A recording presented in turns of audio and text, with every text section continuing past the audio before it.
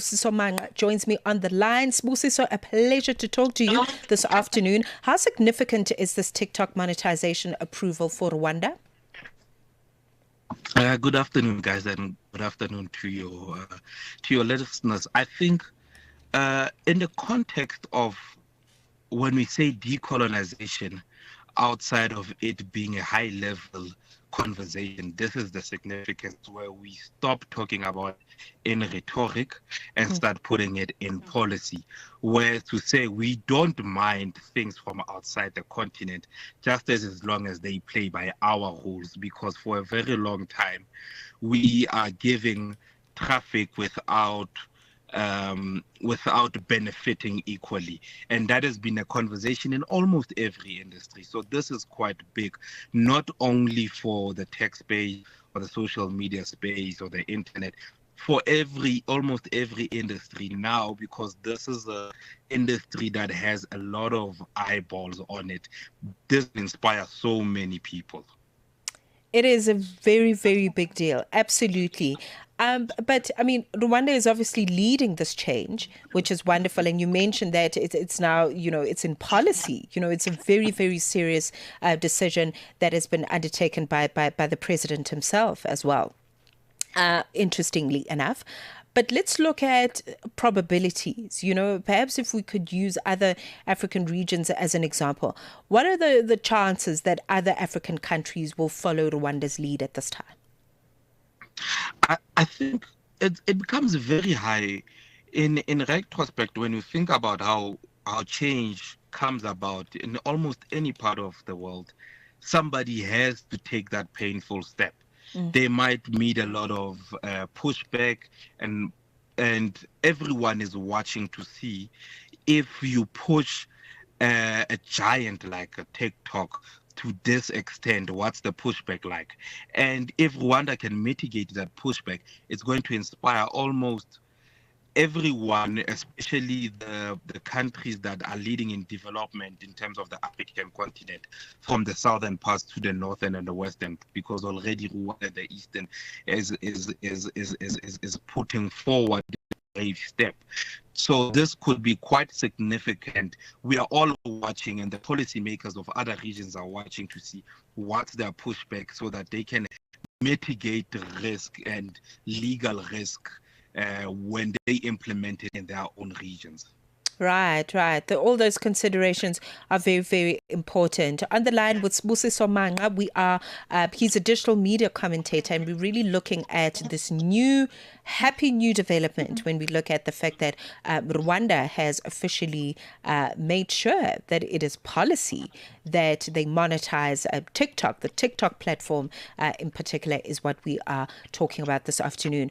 So when we look at creators, Sbusiso, in other African countries, how can they prepare? In fact, Rwanda included as well. How can we prepare for this new change?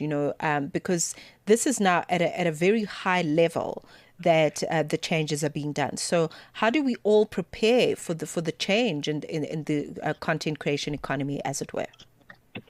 I think we need to step out of our comfort zones as creators and stop focusing only on content creation and start reading some of these policies, these legal terms that are going to be introduced, and what are the possible ripple effects of it.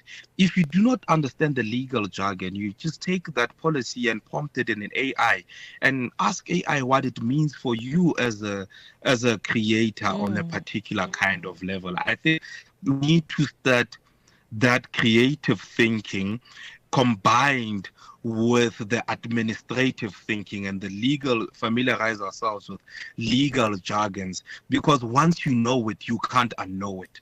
And when you start creating your content and putting things together, this will be at the back of your mind.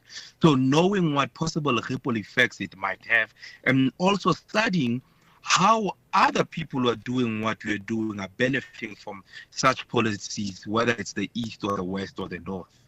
Right. Oh my goodness, it's really a lot because it's a big change. And I don't know statistically if we were anticipating it to happen this soon and to arrive in the early parts of the year 2026, if you will. But I think let's dig a little bit deeper, Sbusiso, in terms of the role of governments. What is the role of governments in terms of being able to support digital creators, especially at this level now, where we are trying to level the economic playing field with our counterparts, in Europe and the States, as it were? I think it's easier on high level to talk about the economic benefits, but you can't really reap economic benefits if you don't have true understanding. And that is the basic role of government, to say, what programs do you have to better equip? Like when we have diseases, we have so many campaigns from schools to workplaces when there's illnesses that we're battling with, from the age of HIV to malaria to COVID-19. There were very rapid programs that government was rolling out.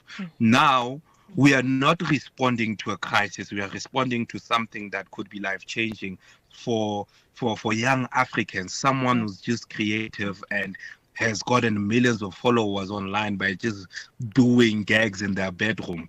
Now this could be life-changing for them. Now, as government, if you've implemented this policy, what are the programs you are running to make sure that your own citizens understand the policy you have put there for them to empower themselves? I think that's the critical role of government before the economic talks, because the economic talks will be better understood when policies are better understood.